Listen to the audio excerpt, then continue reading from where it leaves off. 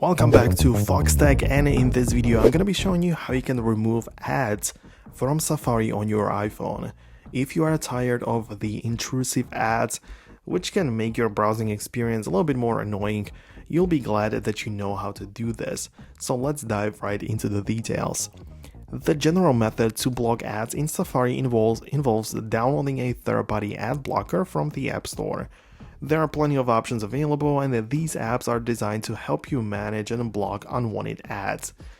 This is useful for websites which abuse ads. Like, ads are generally okay, but some websites just make them pop up like 20 times when you use it. So if you don't want to be bombarded by the banners, this is where you can use this app. One popular ad blocker is one called OneBlocker. To get started, download this app from the App Store, and once the app is installed, you can follow the instructions provided by the app to set it up. Typically, these apps will guide you through the initial setup process, but you'll need to configure it and then go to the iPhone settings.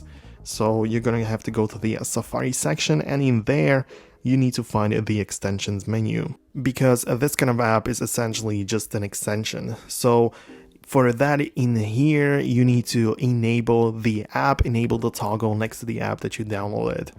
By enabling this, Safari can now utilize the software to do what the app is supposed to be doing, and this will significantly improve your browsing experience by removing stuff that you don't really want there to be when you're, of course, browsing through website and stuff like that. So this is how you can do it.